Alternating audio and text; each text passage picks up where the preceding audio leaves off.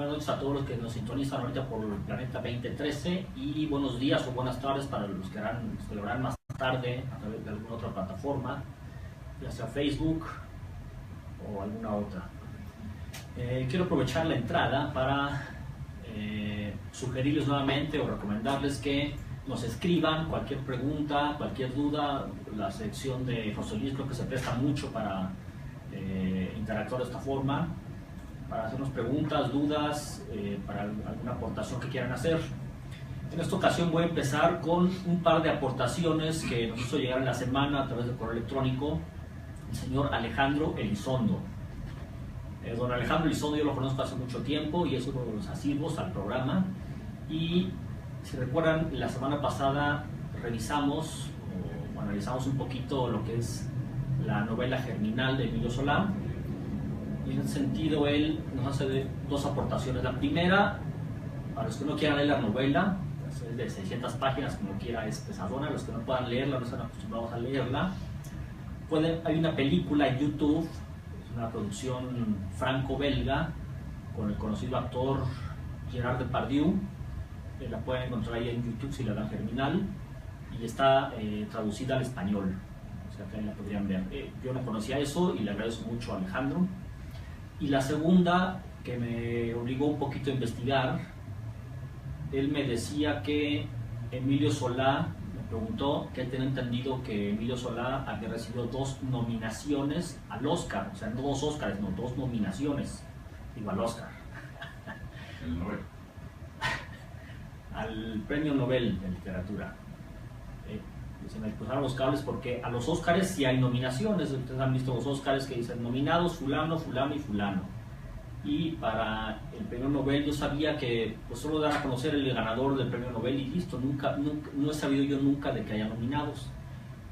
Y también pensé, pues si Emilio Solá murió en 1902 y el Premio Nobel se empezó a dar en 1901, pues veo difícil que él se haya nominado, porque este premio se da en vida. Bueno, me puse a investigar un poquito y en efecto sí existen nominaciones, son secretas, las hacen personas cualificadas para este rol, para desempeñar este rol, y son secretas que hasta después de 50 años se pueden saber quiénes son los nominados. O sea que ahorita, si buscamos los nominados para 1950, ya podríamos saber quiénes fueron. Y en efecto encontré a Emilio Solá nominado para los Premios Nobel de Literatura en 2 ocasiones. Le agradezco mucho esta aportación a Alejandro y ya ven que siempre se aprende algo. Pues ahora vamos a entrar lleno al tema. El tema de hoy es un tema que descubrí que al haberlo elegido me metí en camisa de 11 varas. Es una novela enorme, vastísima en todos sentidos, tanto en contenido como en extensión. Me refiero a la novela Los Miserables. Pero no podía yo dejar de lado Los Miserables, una de las mejores novelas que me ha tocado leer. Si me dieran a escoger en este momento, a estas alturas de mi vida, las 5 mejores novelas que he leído, sin duda Los Miserables estaría ahí. Esta novela fue publicada en 1862, cuando Víctor Hugo ya contaba con 60 años, y París era el pináculo del esplendor de la sociedad, de la buena vida, pero también de la cultura, de las artes, de las letras. En el 62 fue publicada esta novela, y Víctor Hugo no solamente fue escritor de novelas como lo conocemos, bueno, al menos yo. Víctor Hugo es conocido en Francia sobre todo por ser un gran poeta. Además de poeta, fue novelista, escribió discursos, tuvo un papel protagónico en la política francesa de todo el siglo XIX, y es un hombre, una gloria nacional de Francia. Tal es así que en su sepelio le dieron un sepelio de Estado que solamente se lo da a los grandísimos hombres o a grandes políticos. Y se dice que al cortejo fúnebre asistieron entre 1,5 millones de personas, y otras fuentes citan 2 millones.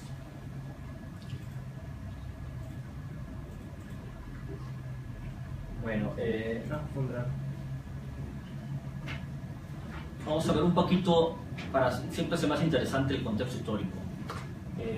Víctor Hugo, en paralelo, corrió con estos altibajos, con estos jaloneos de la vida política y social de Francia, y vamos a ver por qué. Víctor Hugo nace en 1802. En 1805 se corona emperador Napoleón. En 1815, cuando Hugo es apellido, por cierto, no es nombre, o sea, el nombre como lo conocemos como Víctor Hugo aquí en México es un nombre compuesto. Hugo es el apellido de Víctor. Cuando Víctor Hugo tiene 13 años, resulta que Napoleón ya lo llaman al orden, lo destierran, lo mandan a la aldea de Santa Elena y es desterrado y ya por fin le quitan la corona. Tras eso viene una serie de gobiernos republicanos, monárquicos, restauración borbónica, una serie de jaloneos en el 48 y Víctor Hugo va de la mano de esto. ¿Por qué? Porque él se educó en la fe monárquica, digamos.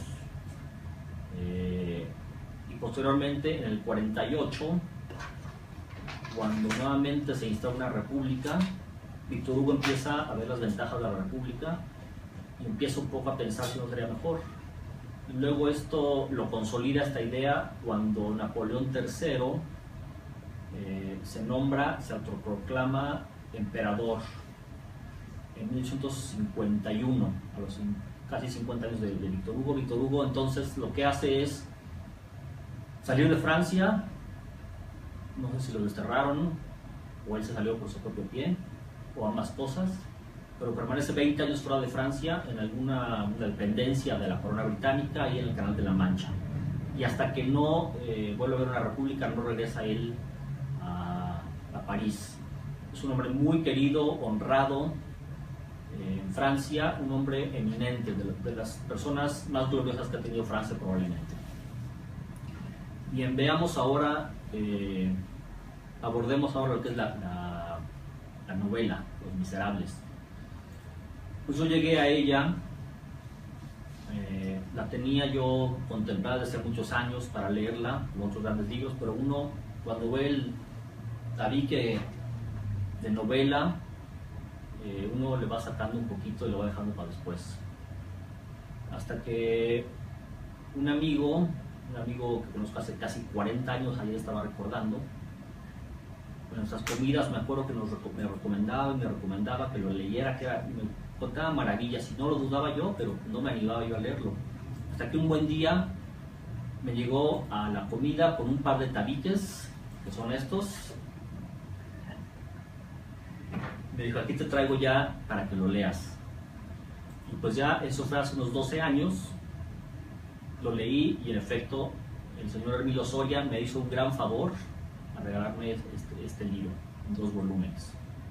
Fue así como llegué a Los Miserables. ¿De qué trata la novela? La novela trata de todo. Trata de la vida, de la muerte, del perdón, del renunciamiento, del arrepentimiento, de la reivindicación, de la maldad, de la bondad, en fin, de todo lo que nos hace ser humanos. Y esto lo guía Víctor Hugo básicamente a través de 2 o 3 líneas argumentales, o 4. Es extensísimo esto, no podía dejar de hablar de este tema. Algunas líneas argumentales que son las que se retoman en las películas que se han hecho, en las obras de teatro, y que es básicamente pues un personaje llamado Jean Valjean, que es delinque, es presidiario, sale de prisión de alguna manera y nos cuenta su vida, cómo se regenera y cómo se vuelve un ser generoso, un ser bueno y honesto, que hace muchas obras buenas. Y Javert, el temible policía Javert, que lo persigue por años y por años y por años tosudamente a Jean Valjean, que luego se convierte en el señor Madeleine. Básicamente eso es la novela como línea argumental, pero les digo, es lo que no se puede ver en en las películas, en las obras de teatro, se puede leer únicamente en los libros. Y quiero aprovechar, no podría yo hacerles llegar o tratar de comunicar todo el contenido, la trama o la belleza de este libro, por lo que yo creo que lo que podríamos hacer es leer algunos parrafillos para que se den cuenta un poquito, sobre todo todas las personas que no piensan leerlo o que no lo han leído, para que se den cuenta un poquito del gran talento desbordado de Víctor Hugo, de su pasión por la vida, de esa ambición, porque hay que ser ambicioso para escribir un libro de estos. 1700 páginas, 1800, 1500, dependiendo de la edición.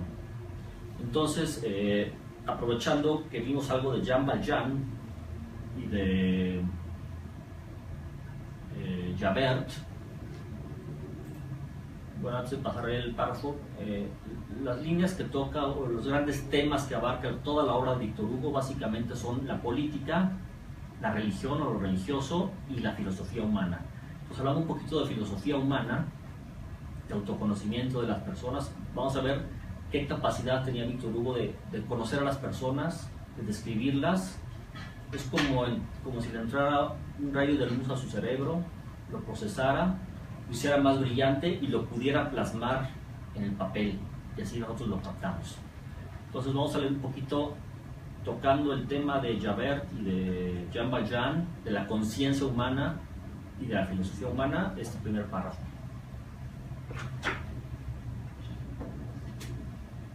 Dice, refiriéndose a la conciencia humana, está reflexionando un poquito sobre la conciencia humana, sobre lo que Jean Valjean tuvo que hacer para conocerse y para remediarse. Dice, escribir el poema de la conciencia humana, aunque sea a propósito de un solo hombre, a propósito del hombre más significante, sería fundir todas las epopeyas en una sola, grandiosa y completa. La conciencia es el caos de las quimeras, de las ambiciones, de las tentativas, el horno de los delirios, el antro de las ideas vergonzosas, el pandemonium de los sofismas, el campo de batalla de las pasiones. Si a ciertas horas penetráramos a través de la faz lívida del ser humano, si mirásemos detrás de aquella faz, en aquella alma, en aquella oscuridad, descubriríamos bajo el silencio exterior combates de gigantes como Homero, peleas de dragones y de hidras y nubes de fantasmas como en Milton.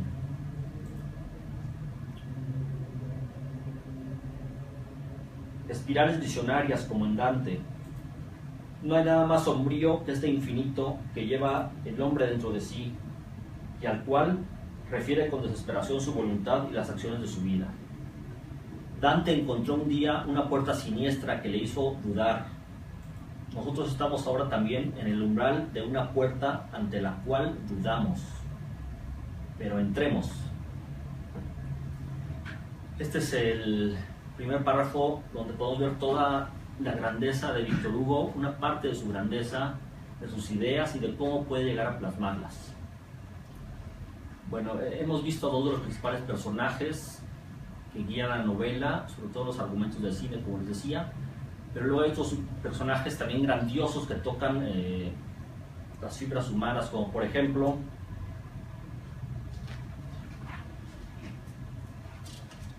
por cierto, quería comentarles también que antes de pasar de Jean Valjean y de Javert, que Víctor Hugo se inspiró en un personaje real para crear estos dos personajes. Un personaje que delinquió en Francia, fue un delincuente, y que luego fue el jefe de la primera seguridad francesa.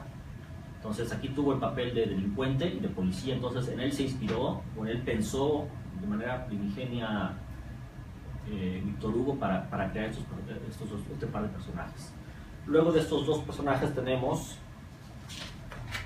a Fantine, la madre soltera que es denostada, que es despreciada por la sociedad por ser madre soltera y que además se ve obligada a trabajar de manera miserable para poder mantener a su hija. Incluso llega a caer en la prostitución para ponerle en la boca algo a su hija. Ella es Fantine.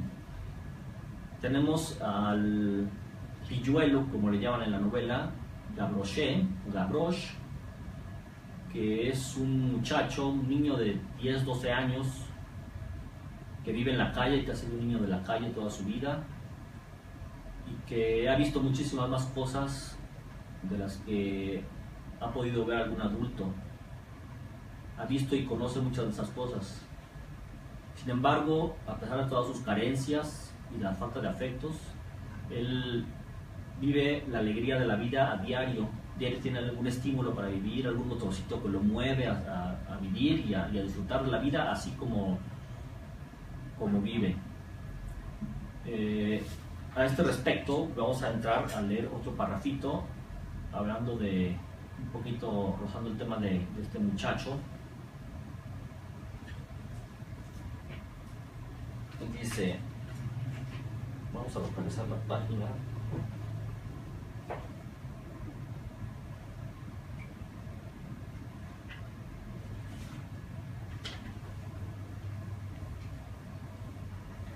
Hablando de un poco rozando el tema de todas las personas desconocidas, desposeídas, dice Víctor Hugo, porque hay muchas acciones grandes en esas pequeñas luchas. Hay valor terco e ignorado que se defiende palmo a palmo en la sombra contra la fatal invasión de las necesidades y de la ignominia. Hay nobles y misteriosos triunfos que no ven ninguna mirada, que no tienen la indemnización de ninguna clase de fama, ni el saludo de ninguna clase de aplausos. La vida, la desgracia, el aislamiento, el abandono, la pobreza son campos de batalla que tienen sus héroes, héroes oscuros, pero más grandes a veces que los héroes ilustres. Aquí en este comentario de Víctor Hugo subyace el valor que tiene toda esta gente desconocida y que a diario se tiene que rifar para vivir, para sobrevivir. Realmente son héroes anónimos, más que algún héroe en una batalla, algún político. Realmente son héroes cotidianos. Otros personajes destacados en la novela, pues obviamente Cosette. Cosette es la hija de Fantine, de madre que tuvo que caer en la prostitución, y Cosette se queda desprotegida al morir su madre de una enfermedad. Fantine se le encarga a Jean Valjean, que ahora es el señor Madeleine, ya regenerado, se le encarga y él, con una gran dedicación y un gran cariño, le promete a Fantine que cuidará toda su vida de Cosette, y así lo hace. En una de sus tantas travesías, tantas aventuras, el señor Madeleine, que es perseguido implacablemente por Javert, va a esconderse en un convento con Cosette, que ya es su hija adoptiva, no se separa de ella para nada. Se esconde en un convento. Les decía que también la obra de Víctor Hugo toca mucho lo religioso. Hay un fragmento, una escena muy bonita, donde Víctor Hugo, al entrar al convento, después de estar viviendo unos días, reflexiona sobre lo que es el claustro y la vida de esas monjitas. Es uno de los párrafos, creo que más bonitos, más profundos de esta novela. Bueno, por lo menos a mí así me parece. Vamos a buscar, aquí está. Habla aquí y reflexiona sobre la vida del claustro. Dice: la vida del claustro, tan austera y tan monótona, según hemos hecho ver en algunas pinceladas, no es la vida, porque no es la libertad. No es la tumba, porque no es la plenitud. Es el lugar extraño desde donde se descubre, como desde lo alto de una montaña, a un lado el abismo en que vivimos y al otro el abismo en que caeremos. Es el estrecho y brumoso límite que separa dos mundos, iluminado y oscurecido por las dos a la vez. El punto en que se confunden el rayo debilitado de la vida y el rayo sombrío de la muerte. Es la penumbra de la tumba.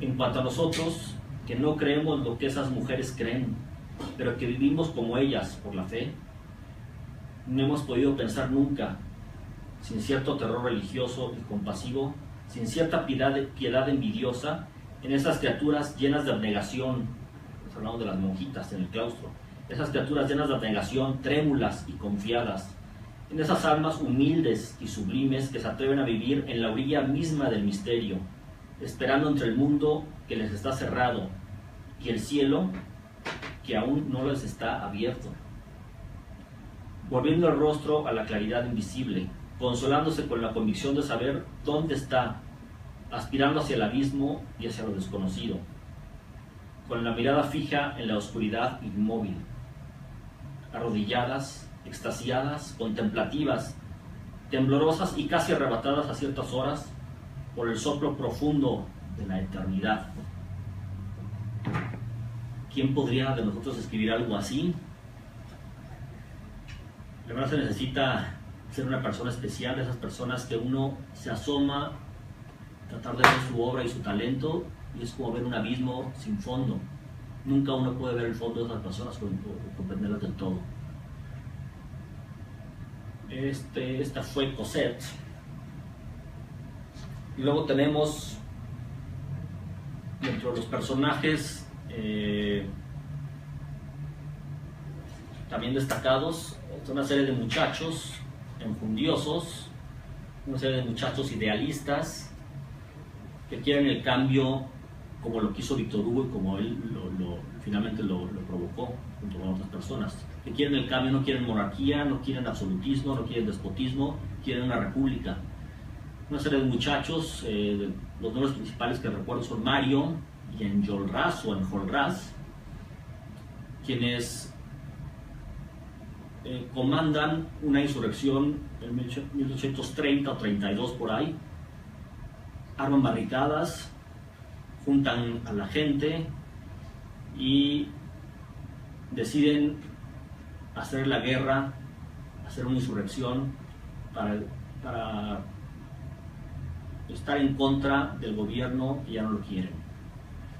En una de las escenas, uno de los episodios, están todos estos muchachos en las barricadas y se les une un viejo de 80 años que había luchado en la Revolución Francesa en 1789. Él ya tiene 80 años, es un veterano, ya ve la muerte cerca, yo creo. Estando en las barricadas, el viejo está ahí dando un poco de apoyo moral, unido con ellos, comiendo lo que puede. Y hay un párrafo que es, yo creo, de los más emocionantes que he podido leer en la novela, o en muchas novelas. Cada vez que lo leo me despierta la misma emoción y se los quiero compartir porque pues de nada vale que se los cuente si no lo toman directamente de la fuente. Este párrafo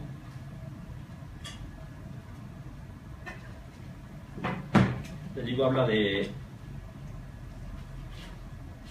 están ellos en las sombras de las barricadas.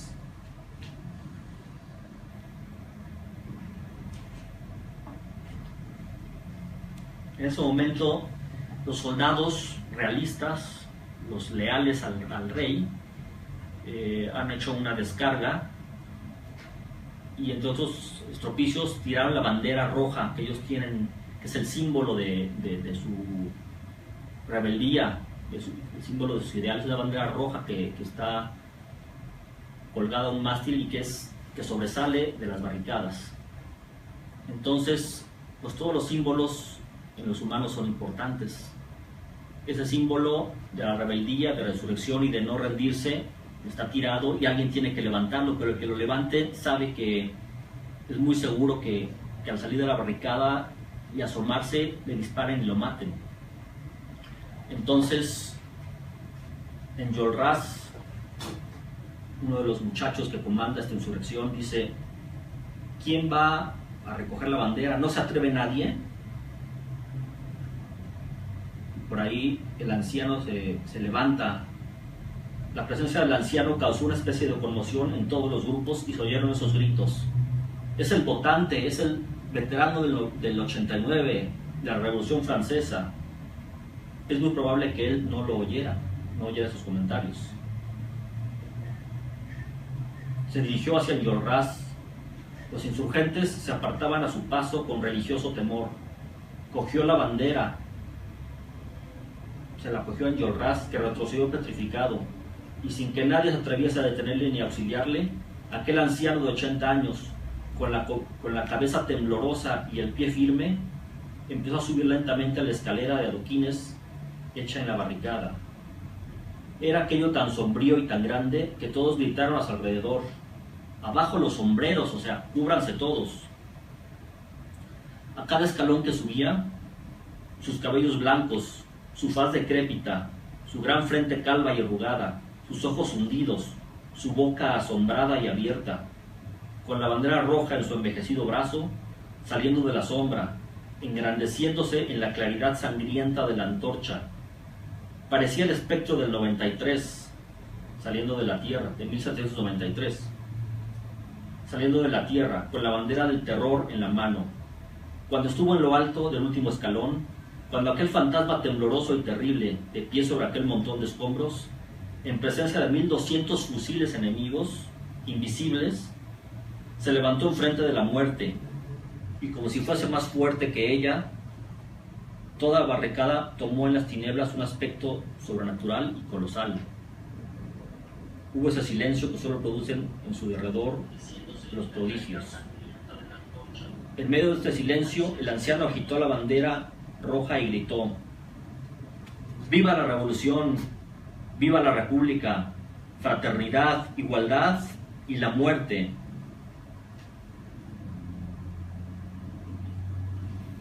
El señor Mabeuf, que así se llamaba, pálido, con los ojos extraviados, las pupilas iluminadas, con lúgubres fulgores, levantó la bandera nuevamente por encima de su frente y repitió: ¡viva la república!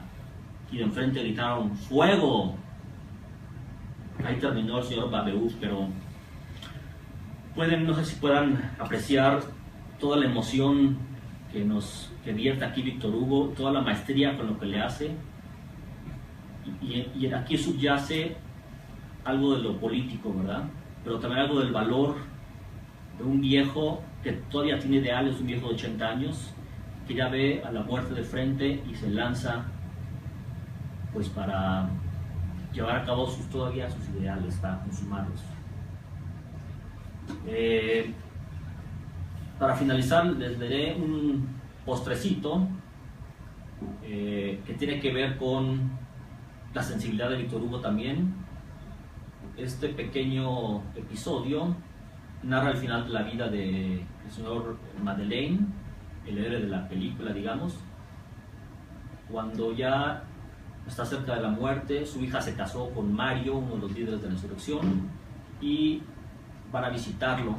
Entonces, el señor Madeleine hace unas reflexiones sobre lo que son los hijos, y esto se los quiero dedicar a todos los que fuimos hijos y a todos los que ahora somos padres, porque siempre hay un sentimiento o un resabio en muchos padres de cierta ingratitud de los padres hacia los hijos, pero no es eso, no es que los hijos ven diferente la vida. Les voy a decir de qué manera nos lo plantea, nos lo platica Víctor Hugo en este parrafito, cuando él sabe que su hija no es ingrata a pesar de todo lo que él sacrificó.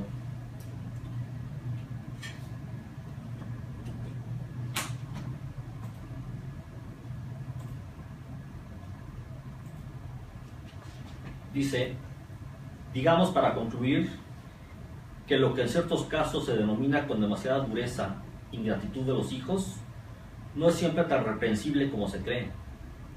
Es la ingratitud de la naturaleza. La naturaleza, lo hemos dicho en otro lugar, mira hacia adelante.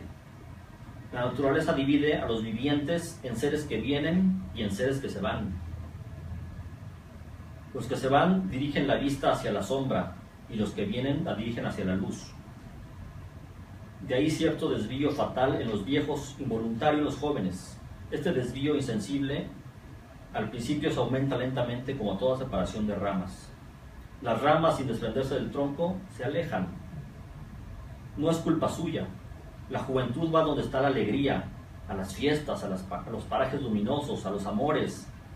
La vejez al término de la carrera. No se pierden de vista, pero no existe ya el lazo estrecho.